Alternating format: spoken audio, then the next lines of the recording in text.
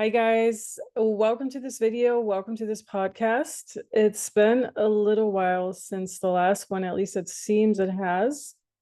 And today I want to talk about a few things. First of all, I want to talk about the chemtrails that I saw when flying over London, which was about a week ago. Yeah, time flies.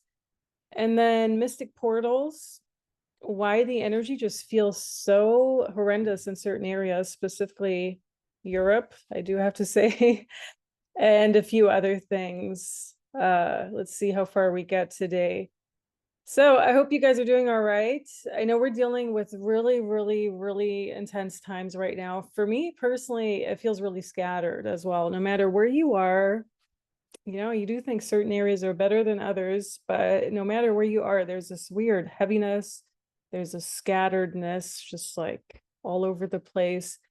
And it's not helping. It's not helping when you want to just get things done. For me, I found it very hard to do live streams or to record or just in general, create things. So maybe others have experienced that too. But I do think it's literally just the energy we're working with right now. And yeah, it is quite strange how, first we were dealing with 2020 and what was released then, that entire chaos and people being in the fear mode and the insecurity that came with all of that. So I do feel they've definitely started ruining things in 2020 and on. And now for the past 6 or 7 months, we're dealing with this entire Middle East mess, which, some people think it's not impacting them. It is impacting you. Like it is impacting the entire world in that way. And I want to talk about that in this podcast too. So a lot of people have asked me about nervous system, how you can heal your nervous system, especially when you're dealing with a dysregulated nervous system.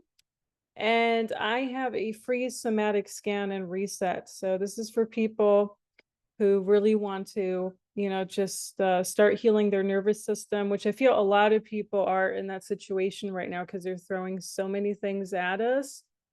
What could be a few symptoms of a dysregulated nervous system or a nervous system in upheaval? Well, if you're dealing with like early signs of anxiety or other somatic triggers, somatic means body, anything that concerns the body, and the mind, body, and soul, they're very much connected, as we know. So a few signs could be irritability, anxiety, nervousness, feeling burnt out no matter how much time you take off. I've come across a lot of people who are just like, no matter how much vacation they take or how many days on the weekend they take to recuperate, they're still just burnt out and sleepy, and they don't want to really get started with anything. That's a sign of burnout, by the way. If you're just like, you're always tired, you're always fatigued, no matter how much time off you take. If it's hard to focus, in some people it's going to be a brain fog or actual twitches in your body even, so your body giving certain symptoms. Having a clenched jaw, especially when you sleep, or grinding your teeth. So some might notice that when you wake up, your jaw feels super tense. And that can be a sign of a dysregulated nervous system. Feeling jumpy or just easily triggered by outside noises, textures, and smells, anything that's really out of the ordinary or has this varying intensity to it. And there are a few other symptoms and signs as well. But if you're dealing with all that, you might just want to take a look. I'll put the link below in the description box. And this is a free somatic reset and scan. So it's a nervous system reset for people who need it. Enjoy that if you are taking it. So let's get going into London. And about 9 days or so, not really sure, a week ago, I was flying over London, and I was flying out of Heathrow. So I was coming from Cyprus, because there's no direct flight to Cyprus to the US for people who didn't know. You always got to stop somewhere, and in this case it was with British Airways. They stop over Heathrow. And I do have to say, flying right now is a huge mess. I spoke with other people. Spoke with this one person. She was flying somewhere from, what was it, Dominican Republic back to the US or some same deal. It doesn't even matter where you're flying. It probably doesn't even matter if you're flying within the US or within Europe or within Australia or whatever. But somehow it's a mess. It has turned into a mess. A lot of flights are either canceled, delayed, or there's something going on with them, that there's so many turbulences in them. A lot of people have noticed more and more turbulences in their flights over these past few years. I personally have started noticing those 2021 and on, where the turbulences have gotten so bad that it's almost like, okay, we used to have these occasionally before 2020, but now it's almost like every single flight has such a horrendous turbulence, that there's something not quite right. And I do think they're trying to reset the skies above, like the heavens above, if you want to go with the word heavens, it's a good way to put it. They're resetting certain layers to this reality. And I do think the skies are very much impacted. So there are more turbulences now than there ever were before. More people are noticing that too. And it's not like it's these smaller turbulences. No, it is literally these turbulences where people start praying and start believing in God all of a sudden because they're so bad. And yeah, there's certain pockets in the world where it's worse. And I do think it has to do with the land energy too. If the land is really being exploited. I got that when I was flying back from Miami to New York 2 years ago. Worst turbulence ever. We even had a motor that just stopped working, and the airplanes nowadays, they don't have four motors anymore like they used to have, but they have two motors, so one on each side. And one stopped working, meaning if the other one were to stop working, the airplane would definitely crash. And so luckily they turned around after like half an hour because it was a bit too dangerous to continue flying. And what I got on that, this was in March 2022, was that the energy around Florida and Miami in general was just being so exploited by everyone, by the entire people who were just moving there who don't really belong there for all the wrong reasons, by the entire crypto industry, by the tech industry, by every single thing, also by the government itself, meaning like the DeSantis government was what it was back then. I think it's still nowadays. So there is something to it. When things happen, there's always different reasons to it, let's put it that way. And those are just the different reasons that I got in regards to that. But even nowadays, turbulences are pretty horrendous compared to maybe 10 years ago or even before. Not that we never had them, but I think you get the point when I say something's changed. And so I was flying into Heathrow. The flight was canceled. The connecting flight to New York canceled, had to stay overnight. Luckily, they put you up in something like a hotel or whatever. But it's still, like I spoke with other people who it happened to, and it throws off your plans, right? If you have to invest an extra day or even an extra evening and morning just to stay somewhere you don't really want to be because you want to be elsewhere. So it just throws you off. It throws your entire schedule off. Did it help with the jet lag? I'm not really sure. Not sure it really mattered. But so we stayed an extra day. And then on the way back, when we were departing, I just look out of the window because I had a nice window seat. And you see this. You see blatant chemtrails all over London because you're flying over London when you depart from Heathrow. These beautiful, beautiful chemtrails all over. And then I took a picture of contrails, which is what you see right here. So these are contrails, because I'm sure there are people who are going to be like, oh no, those are just the regular jet streams. Those aren't chemtrails. No, these are the regular jet contrails that you see. Okay, so you can see the difference very clearly. And this is a chemtrail. So they're doing both, obviously, because you have regular planes that are flying and departing to other places. And then you have these chemtrails all over. And I'm like, this is why the energy feels so weird. I don't want to bash on London or anything, but what I have been noticing, because I visited London the first time 14-ish years ago. Yeah, like 14, 15 years ago. And I actually liked London back then. It's always like, oh, it's so much nicer than here in New York, and people are nicer and everything. It doesn't have quite the same entertainment it does here. It doesn't have quite the same diversity, but it's still, for Europe itself, it's actually quite nice. It does compare a little bit in size to this city that I'm in. But I actually liked it. I kind of like the people. And then I started coming back more and more because it's always a hub for when you want to grab a flight in between, like when you have a layover. And the more you come back, the more it just changes, similar to other cities that has also changed. Like here in the US, Seattle has changed a lot. But basically, you know, the more you come back, the more you just start noticing things that are changing. And one thing that I really, really noticed over these past 2 years or so, especially since 2020 on, is that you have automated systems everywhere. Like I tried to ask a person for directions the last time I was there, which was half a year ago. Wanted to go from the airport to the city center. Didn't know. I didn't have a data plan because for US Americans, having an international data plan costs a lot of money. So usually either to have a SIM card or whatever. I didn't have that, didn't have data, and was asking a person how to get from the airport to the city center because I was staying there for a day and there was no person to ask. Whereas if you go here in New York City, there are always people you can ask. Yeah, I mean, they're trying to get rid of those too, as we can see, but it's not as bad as it is in London yet. And so I started noticing, ooh, they're automating everything, meaning there's only robotic systems in place. You know, you can go to somewhere, get a ticket out of this automated system, but you can't actually ask a person because there's no person to ask. That's a huge issue. And then they had these random people. So last week when I was there, they had these random people that are walking around the airport asking you a whole bunch of nonsense questions like, oh, did you enjoy your layover here? Did you enjoy your flight? Like they're literally just asking you 4 pages of a survey, and these are actual people. Whereas and you don't need those people, by the way, but the people you actually need, like the people you need to ask for directions, or you need to ask for, you know, what do I do when I miss my flight? Like those people are hard to find, or they're not non-existent.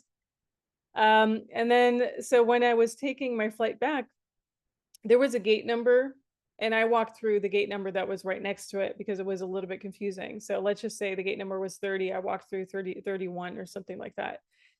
And, you know, the person checked my ticket, and the ticket very clearly said JFK. It didn't say Venice.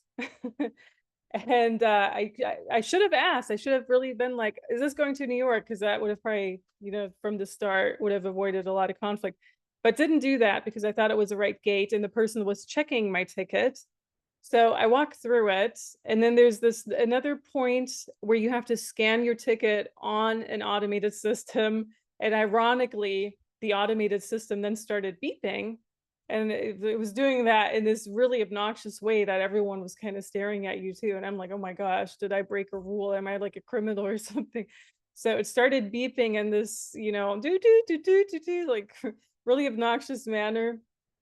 And one of the attendants comes over and she's like, oh no, this is going to Venice. Yeah, or you're not going to Venice, something like that. I'm like, no, I'm going to New York to JFK. And then by the time we discovered where the mistake was made, I'm like, well, that person checked my ticket back there, and they let me through. So this is clearly a mistake on your side. Like, you need to do your work properly. That's basically what I told them. And they were just so dumbfounded that someone even criticized their work. But it was really annoying because it was actually at a point where I would either almost miss my other flight because I had to go back and go through security and all of that again. And so it's just one of those things where I'm like, okay, no wonder people are like that when you have chemtrails all over the city. You know, I mean, probably their mind is all metallized, or like the metals in those chemtrails are really having an impact on people's brains and minds and whatever.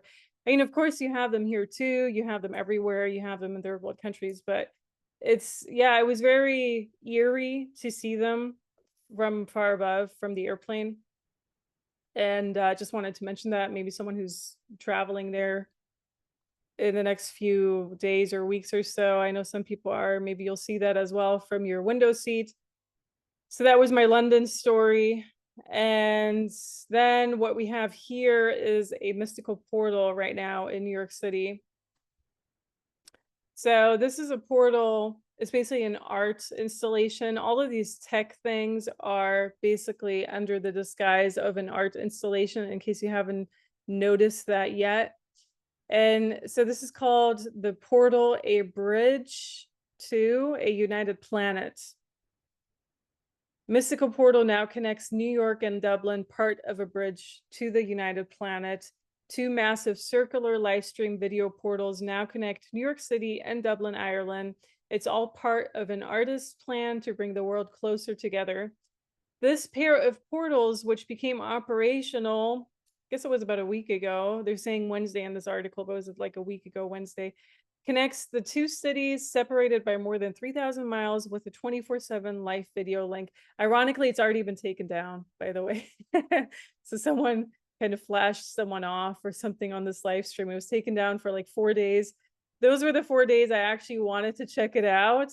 And I haven't seen this yet in real person. So I can't wait to just check it out in this upcoming week or whatever. But yeah, they have this portal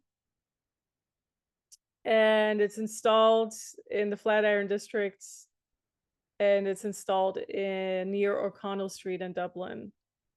So it's set up by portals.org, and they previously already set up portals in Vilnius, Lithuania, and Lublin, Poland. Lublin, Poland is basically like Dublin, Poland. Is just spelled with an L instead of the D. Also very interesting. Now, what I have to say about Lithuania, Estonia, all of those places. So I went to Tallinn and Riga. This is like 6, 7 years ago at this point already. What you do have in those areas, so I'm pretty sure Lithuania is similar to that because they all belong to the same area. I know they're different countries and everything, but they all belong to that similar area. What you do have, especially in Tallinn, Estonia, you have the entire tech hub industry taking over because taxes, of course. Similar to Ireland, Google kind of settled over there because they don't have to pay taxes, or they pay like $0 or $1 taxes or whatever. And so you do see that in those countries. So it's not surprising they started their portal experiments in Lithuania. Not sure what Poland is really about. Maybe someone knows, you can comment below. The project is conceived as a testament to the power of art to transcend physical barriers, is what's being said about it. So I'm just reading from this article. With 4 portals now in operation, the project is moving closer to realizing the vision. It's rotating the live stream video amongst the cities. So what they basically want to do is they want to interchange this portal from New York to Lithuania to Poland to, so they just want to connect all these cities together. It's basically just like a webcam. I personally found the comments on the creator's video, so you just go to Instagram portals.org. The comments are the best thing ever. Some people are commenting, so there was like a video from September 2023 where people are like, okay, set one up between Russia and Ukraine. And others are like, so it's basically just Omegle for countries, or it's just a huge webcam for those 2 places, at this point 4 places. The US wouldn't allow a portal of China because they fear their citizens see the real China. It's true. Yeah. Set one up in China. We want to see what's going on in China right now, what's being planned over there. But I mean, right now they could probably have a portal to Gaza or to Israel, more like Gaza, if they really were so concerned about connecting people to each other, right? So it's just all very hypocritical. And then someone asked me in my Telegram group, I think it was Yannick, he was saying, okay, what's the purpose behind these 2 portals? And I think there's different purposes behind it. First of all, they want to put everyone in this virtual reality. That's already been the plan since 2020 on. And I mentioned other channels to talk about that regularly. But basically putting everyone into this virtual reality. Oh, you don't have to travel there. You have this portal. All you need to do is basically just see each other, wave at each other through this portal, and that's it. So they definitely want to make it harder for people to travel. I mean, you hear about all these Boeing accidents and everything. They're already trying to scare a lot of people with it. I'm not saying those aren't happening, but they are trying to make it harder for people to travel in general. Like if you look at the prices, nowadays you can't even bring a suitcase anymore. Like 10 years ago, you were able to bring 2 suitcases or just pay for one. I mean, right now you have to pay for everything. You even have to pay for a carry-on bag. So everything's gotten more expensive. It's almost not affordable for a family of 4 or 5 to travel the way they used to 20, 30 years ago, right? Because the prices are just where they are right now. I mean, you would think with all these cheap carriers like Ryanair, Wizz Air, everything that especially you have in Europe, Frontier, Spirit Airlines here, more people would want to travel, but it's just getting harder and more difficult because then you also have people just flipping out on an airplane. Like you have those type of videos too, although it's not the majority of people, I do have to say that, but definitely the fear agenda is there to kind of just distract people from traveling. And so this is one way to do it. Oh yeah, you just go to a portal, say hi through a portal or a webcam. They're building up these virtual realities. And when they build up a portal, no matter if it is virtual or not, they're also opening up an actual portal, so an energetic portal. And so this would be an example of a portal that you think it's a physical portal, but it's also an energetic portal that they're opening up. When you go to Gaza, for example, there are so many portals that are opened up around that area. Also just the Middle East in general, you know, where all the other wars were, Iraq, Afghanistan, so many portals opened up over there with every single horrendous thing that happened, like every single war that waged there, or just in general genocide that occurred in those areas, a portal was opened. And a lot of it, you know, you look at these political things that happened under Obama, and it just also before, like in the 90s already.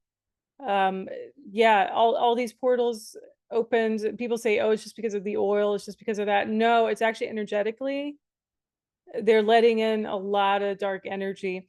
And I have to say that, you know, because I want to talk about the energy in Europe right now. I do have to say that coming back to the US, especially the East Coast where I am right now, it does feel very, very light compared to Europe in general. So going to England, it already felt a bit strange. I mean, I don't want to say it feels awful or whatever over there. I'm sure you get used to it, but it does feel different in Europe right now than it does in America.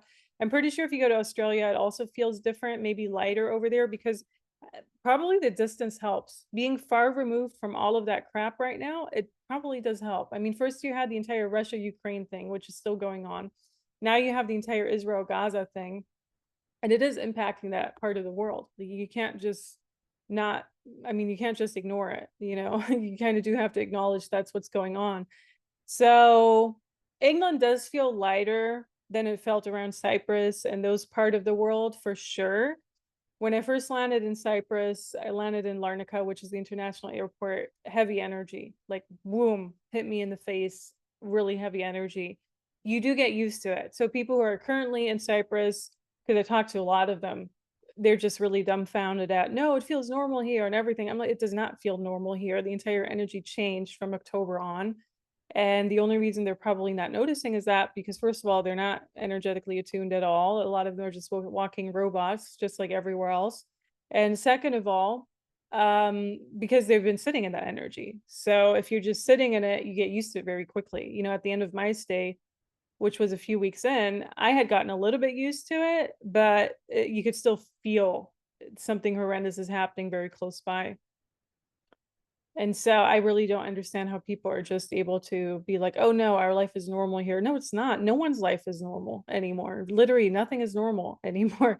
For the past 6-7 months, every life has been impacted in a form or another. I talked about it with a lot of people, especially January and on, like also here, you know, people are like, yeah, life has been so hard and difficult. So I think everyone's life has been impacted in a form or another.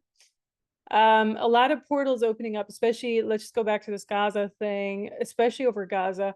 So I was supposed to fly out on the 9th, and the night before, this is May 9th, I didn't even look at the news or anything. The night before, they were having this Rafah conflict happening. I don't know if you remember that, it's still going on right now while I'm recording. But I was literally, I had not eaten properly the day before. I mean, I had eaten, but nothing that could have really caused an upset stomach. Let's put it that way.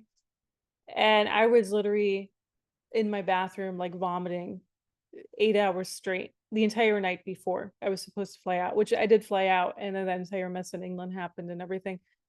So, you know, I was so sick and unwell.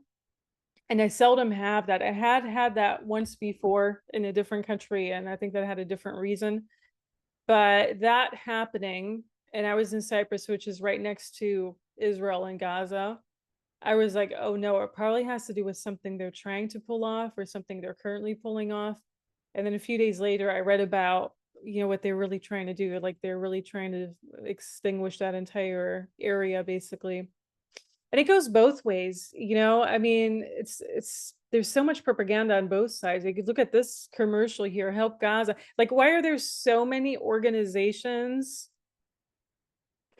who are these organizations funded by? You know, why are people in Gaza able to record a video saying how awful their lives is? If you were really in this war zone, you would not be able to record a single thing. So there's something happening there where we're not getting the full picture on both sides, by the way. And I have a lot of videos on the entire Israel Gaza thing and what Gaza really stands for. You can go through those if you're new to this channel. But there's a propaganda on both sides. And the energy that was released from the night from May 8th to May 9th and on, it's really horrendous. It was really, really horrendous. And my body was reacting to that in such a way. There's no other reason for me to be sick all night long like that. I mean, there's literally, I didn't have food poisoning. I know I didn't. So that was pretty extreme. And I do think they're opening up a bunch of portals over there right now with whatever they're doing, the crimes on both sides, by the way.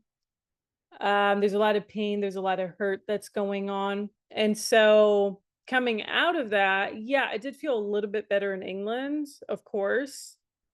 But for some reason, you know, I just want to quote my one friend who visited Germany and Amsterdam, the Netherlands, like a few months ago. He's like, no one really seems happy in Europe. There's this weird unhappiness going on in the old world right now, which you don't necessarily see here in the US. Sure, Americans think their life is falling apart. They think they're not as happy as they used to be. But going to Europe and seeing how no one, like no European is really enthusiastic about their life right now. You know, I started asking people, wow, what's the best thing that has happened to you over these past few years? Like, there's no enthusiasm, there's no real happiness. And it is true that Europeans in general are a bit more reserved when it comes to that. Like, it is true that people are happier in the US, in my opinion, at least. But there is a strange unhappiness in Europe. And I do think it started 2020 and on, where, you know, all of those, the mandates happened and people had to give up their freedom in exchange for the, you know what, and now they have to deal with that. And now they have to deal with all the other things, like all the other wars that are going on that are impacting their economy somehow. Yeah, they are impacting our economy. They are impacting maybe Australia too. But for some reason, I do think the distance helps. Being far removed from that helps in a way, because I kid you not, the moment I landed here, it felt really light compared to just having come out of Europe in general. So that's just what I got on that. Yeah, a lot of portals being opened up right now all over the world, especially where they're doing these virtual portals, by the way. But for sure, also around Gaza, around other Middle Eastern, I think Afghanistan is still going through it too, if I'm not mistaken. So you need to be aware of that too. There is some really dark underlying energy in the Middle East that it's hard to describe, but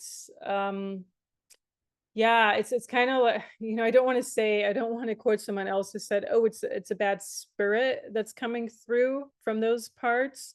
But in a form, it is a bad spirit. There's no other way to really describe it in words.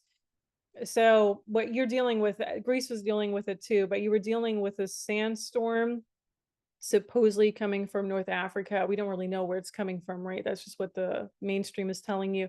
But yeah, so there was a sands polluting the air in both Cyprus and Greece. Greece had it a little bit tougher than Cyprus. It wasn't very tough in Cyprus, but you could still feel it. And usually you have that over the past few years already, from like January through June. So that was exactly the time I was there this time around. If you have asthma, if you have those type of things, I guess it could be hard to breathe. I'm not sure. I didn't have those complications, but it does seem like something was kind of brought with that sand over. And for lack of a better word, it could have very well been these dark spirits or just a darker spirit in general. And there was like this strange heaviness all of a sudden in the air. So yeah, very interesting. I hope this helps someone, and let me know what you think if you're in that part of the world right now. I know a lot of Europeans are watching. If you've noticed anything, like any changes, I don't know. Like I tried asking my parents too. They're in Germany right now.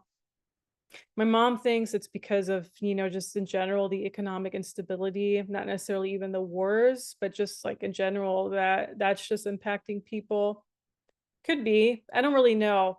But you are noticing this general unhappiness, especially in Middle Europe, like Germany for sure, Netherlands, Belgium, Luxembourg, all those areas, maybe Switzerland. I'm not even sure. Italy, I think so too, by the way. For sure, Cyprus, Greece as well, but I'm not really sure what exactly the cause is. So, yeah, I hope you guys have a good day. Don't mean to end it on a note like this, but comment below, and until the next one, can't wait to see you. Until then.